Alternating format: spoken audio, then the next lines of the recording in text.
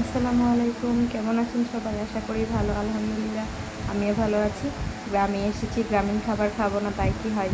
তো পাট শাক, আমি আজকে মিষ্টি পাট শাক রান্না করছি। এটা আমার গ্রামের বাড়ি থেকে দিয়ে গিয়েছে, এটা জমির। তো প্রথমে পাট শাকটাকে মরিচ দিয়ে লবণ দিয়ে আমি ভালোভাবে সেদ্ধ করে নেব। সেদ্ধ করা হয়ে গেলে এটাকে বেশি করে পেঁয়াজ এবং রসুন দিয়ে এটাকে তেলে ভেজে নেব। এভাবে পাট শাকটা খেতে আমার কাছে দারুণ লাগে। আর যেহেতু এটা টাটকা ফ্রেশ ছিল, তো খেতে আরও বেশি সুস্বাদু ছিল। তো আপনাদের এরকম পাট শাক খেতে কার কার ভালো লাগে বা কে কে পছন্দ করেন, কমেন্টে কিন্তু জানাতে ভুলবেন না। আজকের মতো এখানে, আল্লাহ হাফেজ।